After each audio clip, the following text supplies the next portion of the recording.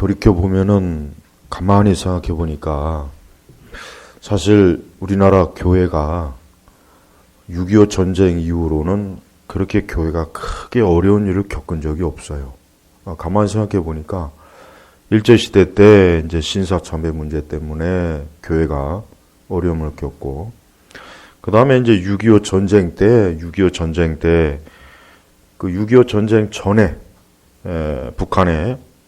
북한 정권이 이미 들어섰죠. 그때 이미 저 북한의 김일성 공산주의 정권은 그 당시 북한 지역에 있는 교회를 굉장히 많이 핍박했어요. 굉장히 많이 핍박해서 그때 이미 전쟁 전에 야, 여기서는 안 되겠구나.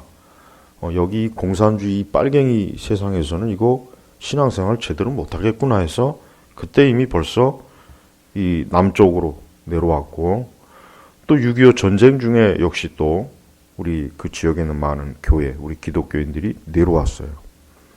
그리고 이제 6.25 전쟁이 끝나고 나서 지금까지 돌이켜보니까 우리나라 교회가 뭐 큰 핍박과 환란을 겪은 일이 없어요. 그냥 순탄하게 자유롭게 신앙생활 할 수 있었고, 자유롭게 예배 드릴 수 있었고, 누가 뭐 예배를 드리는데 뭐 국가와 특히 이제 이 공권력이 뭐 이래라 저래라 한 적이 없습니다. 한 번도 한 적이 없어요. 그러니까 가만히 내가 요즘 생각해보니까 그래요. 교회가 그동안, 우리나라 한국교회가 그동안 교회적으로 이런 큰 어려움을 겪은 적이 없었어요. 뭐 개인적으로 성도들이 어려움을 겪은 거야 뭐 그건 늘 있었던 일이지만, 교회가 이렇게 큰 어려움을 겪은 적이 한 번도 없었어요. 한 번도. 그래서 내가 가만히 이번에 보니까 교회가 이게 지금 뭔 상황인지도 모르고 그냥 어버버 하다가 예배 안 드리고 예배당 폐쇄하고 지금 이 지경이 온 거예요. 이게 절대 멈추질 않아요. 전 이거 초기부터 제가 분명히 얘기했어요. 한 번, 두 번 뭐 예배당 폐쇄하고 그 다음은 뭐 예배 드릴 수 있을 것 같아요? 아니에요. 벌써 경기도 지역 보십시오. 저 악한 자가 교회에다 대고 공무원을 파견해가지고 일일이 예배 때 뭐 예배당 와가지고 뭐 창문을 열어라, 뭐 간격을 벌려라, 마스크를 써라, 소독 어쩌고 저쩌고, 어디서 감히 공무원이 와가지고 종교시설에 와서 그따위 짓을 합니까? 그걸 처음부터 들어놓으면 안 되죠. 만약에 우리 교회 그랬다가는 그날 그 공무원은 살아서 나가긴 힘들었을 거예요.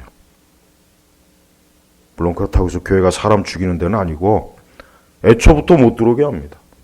당신이 뭔데 무슨 권리로 예배당에 들어와서 공무원이 와서 교회 예배에 대해서 이래라. 그거는 그거 자체가 종교의 자유를 침해하는 거라고요. 그러니까 목회자는 그걸 받아주면 안 돼. 아예 처음부터 출입 금지해야 돼요. 만약에 당신이 여기서 한 발자국만 예배당에 들어와서 뭐 이래라 저래라 하면 당신은 고소하겠다. 왜? 예배 방해. 근데 바보 천치같이 그러니까 그래요. 이 싸움도 해본 사람이 잘하는 거예요. 이건 도대체가 영적으로 그동안 우리나라 교회가 큰 핍박과 박해가 없었거든요. 그러니까 교회가 허약한 거예요. 허우대는 멀쩡한데 속은 속빈 강정이라 싸울 줄도 모르고. 우리 예수님 하신 말씀이 뭐라 그랬습니까? 너희는 뱀같이 슬기롭고 비둘기같이 순결해져라. 이럴 때는 교회가 어떻게 해야 이 세상이, 지금 이 좌파 정권이 어떻게 해야 지금 교회를 이 시점에서 그동안 우리나라 교회가 애국운동하니까 아예 이 우한폐렴을 빙자해서 아주 교회에 아주 씨를 말려버리자. 교회를 아주 그냥 흩어버리자. 지금 이런 생각을 갖고 있는데, 어떻게 이런 질병이 나돈다고 해서 뭐 예배당에 모이지 말아라? 뭐 예배를 뭐 몇 주 동안 어떻게 거기에 그렇게 쉽게 그렇게 속아가지고. 교회는 단호하게 우리가 알아서 우리는 자체적으로 잘 할 테니까 너희나 잘해. 국가나 잘하라 그래요. 국가나. 대통령과 이 정치인들이 제대로 못해가지고 이 지경이 왔으면 부끄러운 줄 알고 창피한 줄 알고 국민 앞에서 석고대절을 하든지 대통령이 하야를 하든지 물러가든지 해야지, 이렇게 일을 크게 벌려놓고서 이제 와서 유독 교회에 대해서만 이렇게 지금 계속 교회에 대해서만 지금 아주 계속 집을 파요.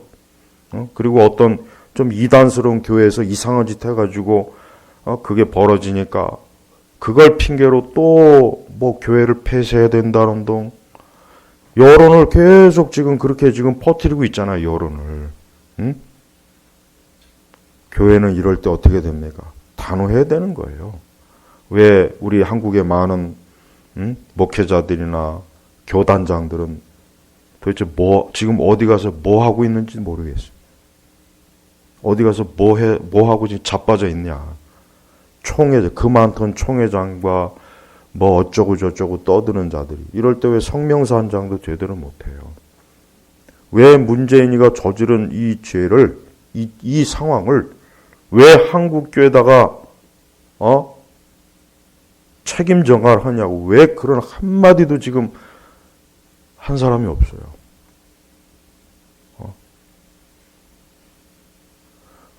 많은 우리 목사님들이나 성도들도 알아야 돼요. 그냥 이런 때가 왔으니까 이렇게 어려운 때 뭐 어쩔 수 없지. 뭐 어떻게 하겠나. 뭐 정부에서 일을 하는데 여론에서 저러니까 좀 잠잠해야 할 때까지. 그게 잘하는 걸까요? 그게 정말 잘하는 걸까요? 그게? 그러면은 나중에 더 이제 그럼 아예 교회 그냥 싹 문 닫아라. 한 1년만 닫아라 그러면 그때도 그래야겠습니다. 그럴까요? 우리의 신앙과 우리의 믿음이라고 하는 것은 이 땅에서 우리가 사람이 만든 게 아니에요. 이건 하늘에서부터 우리에게 주신 생명이에요. 이 신앙은 우리의 목숨을 기꺼이 바쳐서도 이 신앙은 우리가 유지해야 되는 거예요. 그게 신앙이에요. 근데 너무나 어이없는 게 아무리 이념이 강해도 종교를 이길 수 없어요. 예. 아무리 이념이 강해도 종교를 이길 수 없습니다. 이념보다 더 강한 게 종교예요, 종교. 역사를 보면 알아요. 근데 우리 한국교회는요, 이 좌파 이념을 가진 이것들이 교회를 이겨먹고 있어요. 계속. 교회를 이겨먹고 있단 말이에요, 이게. 결국은 뭔 얘기냐면, 우리나라 교회는 신앙이 없는 거예요. 신앙의 껍데기는 있어요. 모여가지고 뭐 몇백 명 모여서 몇천 명, 몇만 명 모여서 뭐 특세한다, 뭐 예배당을 거대하게 지어놓고 무슨 대성회를 한다, 뭐 한다. 그 짓은 그동안 요란하게 너무 잘했죠. 굉장히 교회가 대단한 것 같았죠. 근데 진짜 아무것도 아닌 것 같고 희청희청 돼가지고 좀 이런 어려움을 교회가 자초한 거예요. 이거는 이 세상을 탓할 문제가 아니라 그건 그동안 교회가 얼마나 속빈 강정, 실제적인 신앙은 아무것도 없었는데 껍데기만 화려한 거예요. 껍데기만 화려해가지고 멋만 부리고 쇼만 했지. 이런 어려움이 오니까 어때요? 꼭 쥐죽은 듯이 가만히 있는 거 보시죠. 쥐죽은 듯이 가만히 있어요.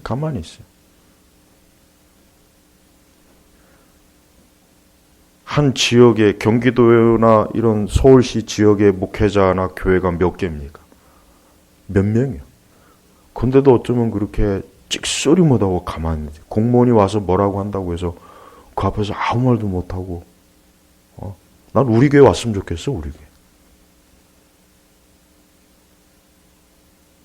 교회 오면은 뭐 계단 입구에서부터도 못 오겠지만서도 성도 여러분, 우리가 이런 기회에 잘 깨달아야 돼요. 이런 기회에 잘 깨달아야 돼. 뭐냐면 우리는 과연 우리 홀로 있는 것인가? 우리는 과연 우리 홀로 존재하는 것인가? 교회는 과연 홀로 이 땅에 버려진 것인가? 잘 생각해 봐요. 성경은 이미 이 모든 것들을 다 하나님께서 아시고 우리 예수님께서 벌써 이 모든 일들이 앞으로 두고두고 교회 역사 가운데 일어날 것을 아시고 오늘 이러한 말씀을 제자들에게 하신 거예요. 보십시오. 16절 보아라 내가 너희를 보내는 것이 마치 양들을 이리 가운데로 보내는 것과 같다. 그러므로 너희는 뱀같이 슬기롭고 비둘기같이 순결해져라. 자 보십시오. 예수님의 현실 인식은 그저 교회가 마냥 꿈같이 환상과 그저 좋은 일만 있고 복된 일만 있고 만사 형통에 있고 그것만 있다고 생각하면 안 된다는 거예요. 제자들을 보내면서 마치 양들을 이리 가운데로 예수님의 이 마음이 어때요? 이 세상은 일이에요. 그 양들을 이리 가운데 보내니 얼마나 예수님의 마음이 어때요? 그 이리로 인해서 양들이 잡아먹히고 해를 입을 것을 생각하니까 예수님께서 단단히 지금 뭐요? 주의를 주는 거예요. 그러면서 뭡니까? 너희는 뱀같이 슬기롭고 비둘기같이 순결해져라. 지혜로워야 된다는 거예요. 그 이리떼를 상대하려면은 그 이리떼들이 해를 끼치지 못하게 어떻게 하면 지혜롭게 그 하늘의 지혜를 가지고 너희가 그 이리 가운데서 교회를 세우고 복음을 전하는 일을 해야 된다는 겁니다. 뱀같이 슬기롭고 비둘기같이 순결해져라. 여러분 이 말씀이 얼마나 지금 우리에게 필요합니까? 교회가 아무 생각 없이 예배당 폐쇄하고 온라인으로 예배드린다. 이게 뱀같이 슬기로운 겁니까? 이게 비둘기같이 순결한 거예요? 바보 멍청이에다가 순결하지도 못하고 더러워진 거예요. 예수님 말씀을 완전히 반대로 미련퉁이에다가 슬기롭지도 못하고 순결하지도 못하고 교회를 더럽히고 예배를 폐하는 그런 죄를 범하고 거기다 바보 미련퉁이 같이 세상에 이용당하는 거예요. 왜 담대하게 예배를 폐쇄하려면 너희가 와서 예배당을 다 부셔버려라. 그러면 우리가 예배당 폐쇄하겠다. 언론이고 뭐고 아무리 떠들어대도 거기에 귀를 기울이면 안 돼요. 우리의 신앙과 우리의 믿음이 뭐 세상에서 귀를 기울여서 이제까지 왔습니까? 뭐 세상이 우리를 도와줘서 여기까지 왔습니까? 교회가? 우리의 신앙은 오직 하늘에 계신 하나님이 우리의 신앙을 보호하시고 지키는 거예요. 이 세상이 아무리 뭐라고 떠들어도 설령 세상이 칼과 몽둥이를 가지고 와도 되더라도 교회는 그 앞에서 꿈쩍도 하면 안 돼요. 마음대로 하래요. 마음대로. 그래 너희들 마음대로 해라. 마태복음 10장 28절의 말씀 같이 읽겠습니다. 마태복음 10장 28절 같이 읽겠습니다. 몸은 죽여도 영혼은 죽일 수 없는 자들을 두려워하지 마라. 오히려 영혼과 몸을 능히 지옥에 멸망시킬 수 있는 분을 두려워하여라. 우리 예수님께서 뭐라고 하셨습니까? 몸은 죽여도 영혼을 죽일 수 없는 자들을 두려워하지 마라 그랬어요. 오히려 영혼과 몸을 능히 지옥에 멸망시킬 수 있는 분을 두려워하라. 근데 교회가 가만히 보니까 언론을 두려워해요. 이 세상을 두려워하는 거예요. 야, 세상에서 뭐라고 한다 신문 봐 떠드니까 막 겁이 나가지고 그냥 옴짝달싹을 못해요. 할 말도 못해요.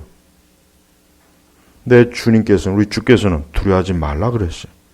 하나님 외에는 두려워하지 말아라. 하나님 외에는 두려워하지 말아라. 교회가 하나님은 두려워하지 않고 세상을 두려워하는 그 모습 보니까 얼마나 비참한지 몰라요. 세상에 우리나라 기독교 135년 역사상 이런 식으로 교회가 문을 닫은 일은 없었어요. 단 한 번도 없었어요. 한 번도. 이게 얼마나 비참한 일입니까? 이게 얼마나 하나님 앞에서 이게 교회가 큰 죄를 짓는 일입니까? 그동안 파괴와 핍박을 받지 않고 그저 안락하게 그냥 만사 축복이니 뭐니 그냥 이 세상을 쫓아가는 그러한 교회, 기독교 형태가 결국 이 모양 이 꼴로 만든 거예요. 조금 어려우니까 그냥 속수무책으로 무너지는 거 보십시오. 우리 주께서는 이미 모든 걸 아셨어요. 17절 이후부터 보면은 우리 예수님께서 앞으로 교회와 하나님의 일꾼들과 하나님의 사람들이 어떻게 될 것을 미리 예고해 줬어요. 17절 뭐라 그랬습니까? 사람들을 조심하여라. 그들이 너희를 공회에 넘겨주고 그들의 회당에서 너희를 채찍할 것이기 때문이다. 또 18절에 너희가 나 때문에 총독들과 왕들 앞에 끌려가서 그들과 이방인들에게 증언할 것이다. 그들이 너희를 넘겨줄 때 너희가 어떻게 또는 무엇을 말할지 걱정하지 마라. 그때 너희 말할 것이 너희에게 주어질 것이기 때문이다. 보십시오. 이미 예수님께서는 예수 그리스도 때문에, 복음 때문에, 주님 때문에 교회가 이렇게 이 세상 권세자들 앞에 끌려가고 그 앞에서 재판을 받고 그 앞에서 모욕을 당하고 그 앞에서 어려움을 당할 것을 이미 예수님은 다 말씀해 주셨지 않습니까? 이런 일이 없을 거라고 말씀해 주신 것이 아니라 이런 일이 있을 거라고 예수님이 벌써 말씀해 주셨어요. 그러면서 20절에 말하는 일은 너희가 아니라 너희 안에서 말씀하시는 너희 아버지의 영이시라. 자 보십시오. 우리가 설령 그렇게 된다 할지라도 두려워하지 말고 아무것도 염려하지 마라. 우리와 함께 하시는 분이 누구예요? 성령이 우리와 함께 하셔요. 교회는 성령이 함께 하시는 거예요. 아버지의 영 누굽니까? 성령이에요. 성령. 성령께서 교회와 함께 하십니다. 그러니 이 세상 권세자, 이 세상 공권력을 가진 자들 앞에 간다고 할지라도 겁을 먹지 말고 두려워하지 말고 무슨 말을 할까 조마조마하지 말아라. 그때 되면 너희 안에 계신 성령께서 이미 해야 될 말을 다 줄 거니까 걱정하지 말아라 이거예요. 교회가 이런 일을 겪는 것을 이미 예수님께서 다 말씀해 놓으셨는데 막상 이런 일이 비슷한 일을 아직 이 지경까지도 안 갔어요. 아직 이 지경까지도 가지도 않았어요.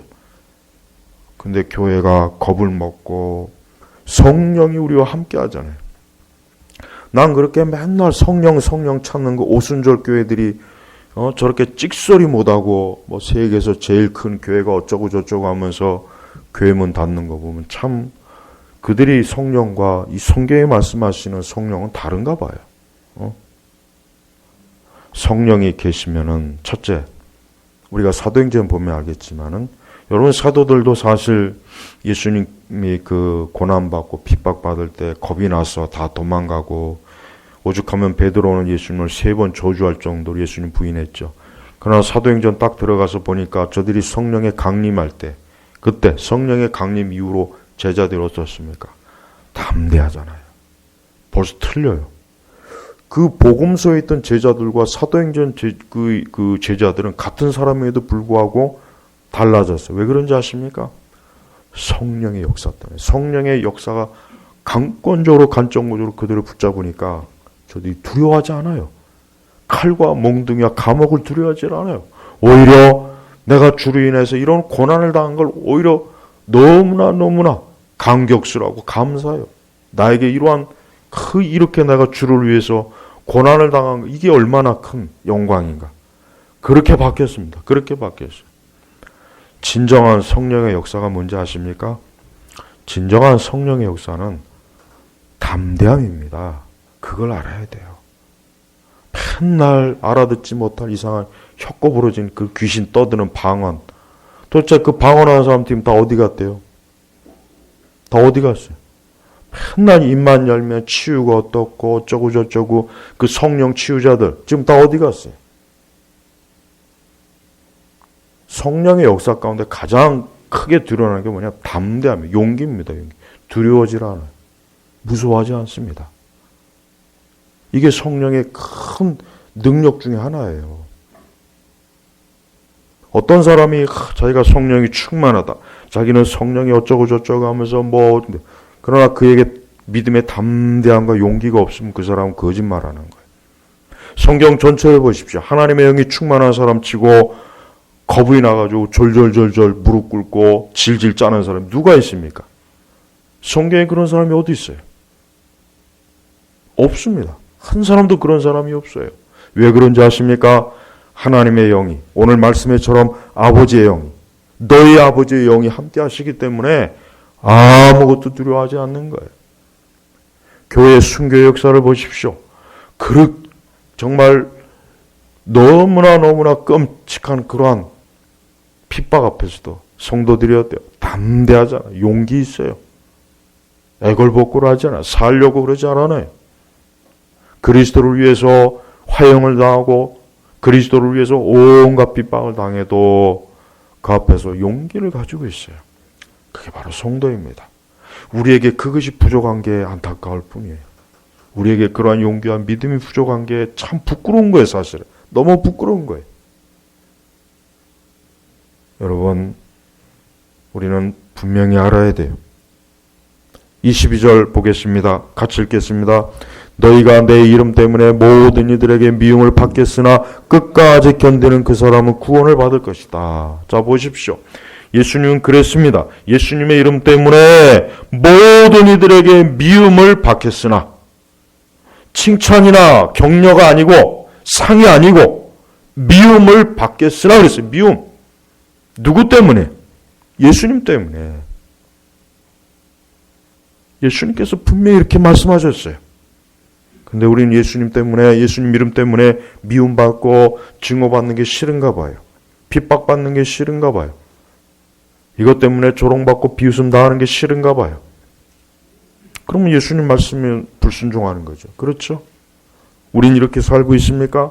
너희가 내 이름 때문에 여기서 모든 이들이었어요. 모든 이들. 일부, 소수가 아니에요. 모든 이들에게 미움을 받겠으나, 미움을 받는다 그랬어요. 받을지도 모른다, 혹 받을 수도 있다가 아니라 받겠으나, 그러니까 참된 성도나 참된 교회는 미움을 받게 돼 있습니다. 그러나 이 세상에 속한 교회, 이 거짓 교회들은 예수님 때문에 미움 받질 않아요. 절대 예수님 때문에 미움 받는 일이 없어요. 애초부터 그럴 일이 없어요, 그들은. 우리는 여기서 분명히 좀 구분을 해야 돼요. 이러한 시점에 참된 교회와 거짓 교회를 구분해야 됩니다. 이거는 좀 해야 돼요. 하나님의 사랑으로 다 덮어? 글쎄요. 그건 아닙니다.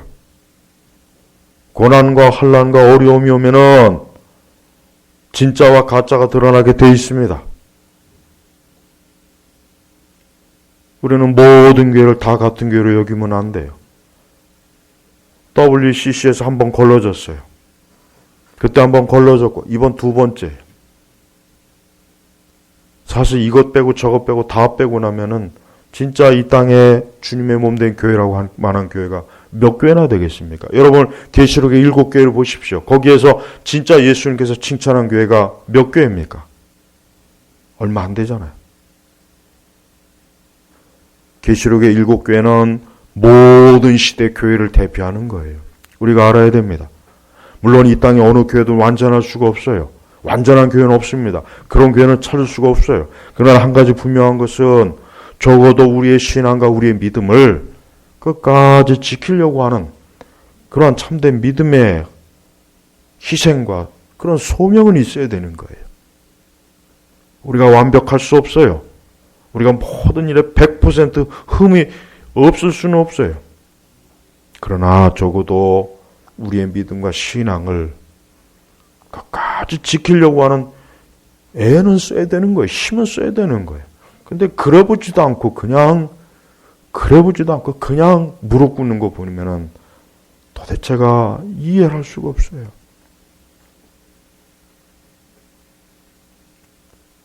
우리 주님께서는 교회와 당신의 교회들이 내 이름 때문에 모든 이들에게 미움을 받는 것을 우리 주님은 그걸 당연하게 여기시는 겁니다. 그러면서 주님 뭐라고 했습니까? 끝까지 견디는 상황이 좋은 상황입니까? 아니에요. 어려운 상황이에요. 고난의 상황이에요. 핍박을 받는 거예요. 미움을 받는 거예요. 그리스도 이름 때문에 핍박과 조롱과 모욕을 받고, 근데 주님 뭐라 그랬습니까? 그 사람은 구원을 받을 것이다. 왜 그렇습니까? 이 사람은 그리스도 때문에 그리스도의 이름을 지키고 그리스도에 대한 신앙과 믿음을 끝까지 지킨 거예요. 나는 어떤 일이 있어도 그리스도를 부인할 수 없다. 솔직한 얘기로 교회에서 모여서 예배 안 드리는 거 물론 뭐 그럴 수도 있지. 가볍게 넘길 수도 있습니다. 뭐 그럴 수도 있지 뭐 우리가 뭐 영원히 예배 안 드리는 거 아니잖아. 뭐 어쩔 수 없잖아. 지금 나라가 이런데 상황 이런데. 근데 저는 왠지 그것보다는 너무 그렇게 쉽게 편안하게 생각하는 것 같아요. 너무 가볍게 포기하는 것 같아요. 아니 얼마든지 교회가 알아서 잘 예배 드릴 수 있는 환경을 다 만들고 그럴 수 있음에도 불구하고 그렇지 않는다는 것 자체가 이건 뭔가 이거 아니다. 이거는 이미 벌써 이 교회가 예배가 뭔지도 모르는 것이고 교회가 뭔지도 모르는 것이고 믿음이 뭔지도 모르기 때문에 이런 것이다. 전 결론을 그렇게 냈어요. 엄밀하게 얘기하면은 그리스도를 부인한 거예요. 그리스도를 부인한다는 게 난 이제부터 예수님 안 믿겠습니다. 이것만 예수님을 부인하는 겁니까? 이 세상이 두렵고 무서워가지고 마땅히 해야 될 성도의 그 신앙의 의무를 저버린 것도 그리스도를 부인하는 겁니다. 왜 그걸 모를까요? 우리 주님께서 잘했다 그렇게 칭찬하실까요? 전 그럴 것 같지는 않아요. 우리는 앞으로 어떤 일이 벌어질지는 모르겠지만 어떠한 세상이 될지는 모르겠어요. 그러나 한 가지 중요한 것은 오늘 예수님 말씀처럼 너희가 내 이름 때문에 모든 이들에게 미움을 받겠으나 가족과 형제와 친척과 이웃과 동료들에게까지도 미움을 받으세요. 끝까지 견디는 그 사람은 구원을 받을 것이다. 보십시오. 예수님은 끝까지 자기의 믿음과 신앙을 지키는 자를 참된 성도로, 참된 그리스도의 제자로 여긴다는 뜻입니다. 우리가 이러한 예수님 말씀을 절대 가볍게 넘겨서는 안 돼요. 우리 스스로 자기 합리화를 하면 안 돼요. 이제는 자기 합리화가 서서히 대세가 돼버렸어요. 보니까 거의 대세요. 이렇게 예배를 드리는 걸 오히려 민폐를 끼치고 반사회적 나는 참 이게 도대체가 끝까지 하나님 앞에 예배를 드리는 것을 오히려 반사회적 행위래. 반사회적. 그러니까 국가 반역죄. 진짜 이 나라를 망치고 내가 오늘도 우리 동네 그 약국에 보니까요. 약국에 줄이 이렇게 섰어요. 한 30m, 한 15m인가 25m 된 것 같아요. 내가 그걸 보면서 이런 생각이 들어요. 아니 우리가 무슨 거지 새끼냐. 아니 저기서 금 한 돈을 준다고 해서 줄을 서는 거면 내가 이해를 가겠지만 기껏 놈의 이 마스크 하나 그거 2장 딸랑 하나 얻으려고 거의 나이 드신 분도 있고 어린애도 있고 청년도 있고 남녀노소가 있어요. 참 너무 기가 막혀요. 무슨 이 마스크가 무슨 황금으로 만들었습니까? 무슨 보석으로 둘렸어요? 그거 받는다면 나도 거기서 줄 서겠는데 국민을 진짜 거지 새끼로 만들어갖고 온 세계 대한민국 국민을 이 불가촉 천민으로 만들어버렸어요. 몇 식국에 대한민국 사람 오지 말아라. 무슨 대한민국 사람이 기생충입니까? 벌레 새끼입니까? 무슨 세균 덩어리예요? 나라를 이 모양 이 꼴을 만들어가지고 나라를 망친 저 사악한 문재인 정권에 대해서는 교회가 찍소리도 안 하고서 오히려 신앙을 지키는 일을 가지고 반사회적 행위라고 이 기독교 좌파들이 또 지금 들고 일어납니다. 예수님은 얼마나 현실을 정확하게 우리에게 보여줍니까? 너희가 앞으로 나 때문에 총독과 왕들 앞에 끌려갈 것이고 그들 앞에서 채찍도 맞을 것이고 미움도 받을 것이다. 그러나 끝까지 견뎌내라. 끝까지. 이게 교회예요, 교회. 이게 기독교입니다. 이게 우리의 신앙입니다. 이런 걸 회피한다면 그게 무슨 교회고 신앙이겠습니까? 우리 자신에 대해서 똑바로 우리 자신도 봐야 돼요. 내가 그리스도를 부인한다는 게 무언가?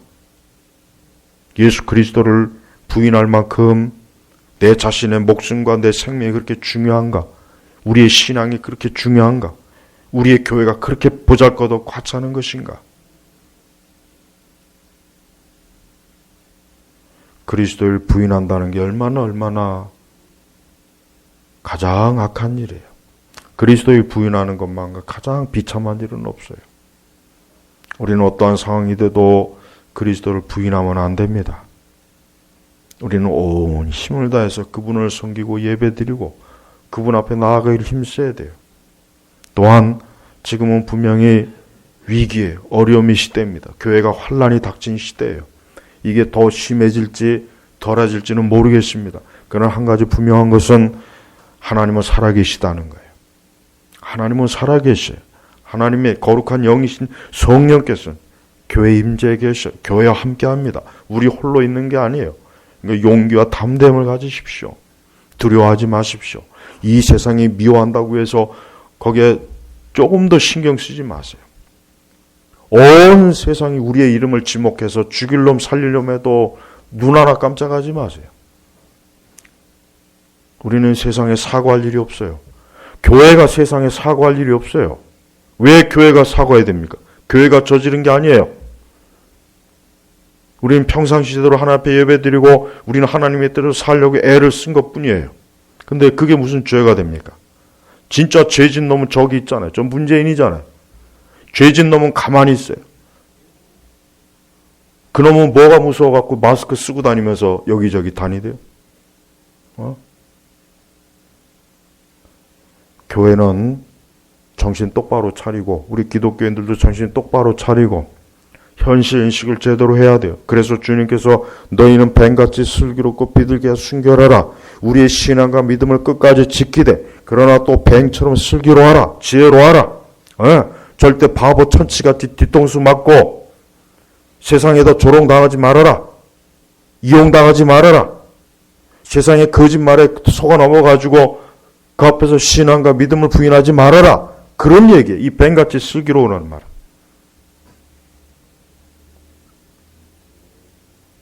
더 시간이 지나가면은 얼마나 많은 교회와 목회자나 신자들이 부끄러워할 거예요. 두고 보십시오. 부끄러워할 거예요. 옛날에 일제시대에 신사참배한 목사님들이나 성도들이요. 나중에 해방되고 나서 그게 부끄러워서 그분들이 얼굴도 못 들고 다녔어요. 그거 아예 그 입도 뻥끗 못 했어요. 그때는 살기 위해서 그랬거든요.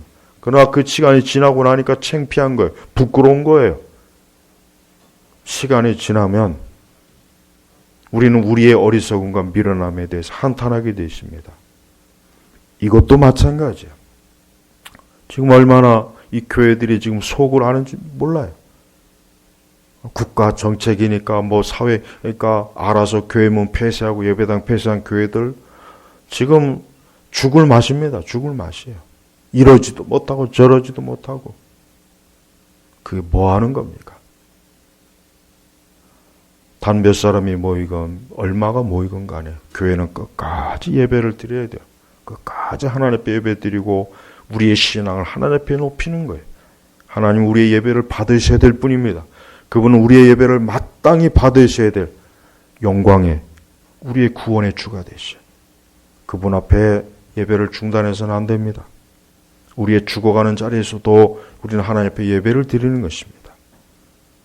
또한 특별히 우리 성도들은 우리 기독교인들은 교회를 지켜야 됩니다. 저는 이게 또 너무 안타까워요. 어려울 때 성도들이 해야 될 일은 뭐냐면 교회를 지키는 거예요. 목회자도 마찬가지예요. 교회를 지켜야 돼요.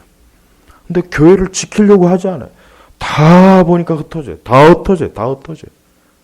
교회 뭐건 간에 나부터 살자. 그게 교회를 주님을 사랑하는 건가요? 그게? 교회를 지킬 생각을 안 해요. 교회를. 그 어떤 것보다도 교회를 지킬 생각을 해야 되는데 그냥 다 흩어져요. 목회자도 그렇고 신자도 그렇고 어떻게 그렇게 교회를 내팽개칠 수가 있는지 난 그것도 너무 안타까워요. 이번 일로 인해서 우리나라 교회 실체가 다 드러났습니다. 다 드러났어요. 하나님의 이름을 모독해도 뭐 그게 별 문제냐 이런 식으로 넘어가고, 이깟 놈의 그 별것도 아닌 거 돈다고 해도 교회 문 다 닫아놓고 예배 드리지 못하고, 우리 한국교회 그 속 모습이 실체가 이번에 다 드러났습니다. 다 드러났습니다. 정말 창피하고 부끄러운 일이에요. 오히려 더 기도로 모여야 하고, 오히려 이럴수록 더 예배로 모여서 하나님을 경외하고 하나님을 찾고 하나님 앞에 회개하고, 이 땅에 이러한 재앙과 악인들을 하나님께서 빨리 처리해달라고 그래야 될 마당에 그들과 동조하고 그들의 편이 되어서 앞으로 어떤 일이 생길지 모르겠지만 우리 각자는 우리의 신앙과 믿음을 그리스도 앞에서 어떻게 평가받을지, 내가 이 다음에 주님 앞에서 어떻게 평가받을지에 대해서 진지하게 생각하십시오. 우리의 믿음과 이 신앙의 정금과 같이 드러나는지 아니면 가짜인 것이 드러나는지, 이러한 시기가 가장 적합한 시기예요. 우리 제나바 교육교회는 하나님 앞에 이러한 일에 하나님께서 우리를 또 보호해 주시기를 기도해야 되겠고, 우리의 교회가 이 세상과 원수 마귀에게 이용당하지 않고 교회의 거룩하고 영광스러운 모습을 끝까지 간직할 수 있도록 우리 주님에게 온 힘과 믿음을 다해서 우리 주 예수 그리스도에게 우리 자신을 전적으로 맡기시 주의 이름으로 축복합니다. 기도하겠습니다. 하나님 아버지, 오늘 이 시간에도 우리 제너바 교육교회 또 수요 예배로 모이게 하시니 감사합니다. 어떻게 하다가 이런 어려운 일이 생겼는지 다들 의아하고 어려움 때문에 힘들어합니다. 주께서 우리에게 긍휼과 자비를 베풀어 주시고 은혜를 베풀어 주시고 또 하나님의 용서와 사랑을 또한 베풀어 주시기를 간절히 기도합니다. 이 교회를 지켜주시고 이 교회에 속한 귀한 영혼 한 영혼을 눈동자같이 보호하여 주옵소서. 예수님의 이름으로 기도 올렸습니다. 아멘.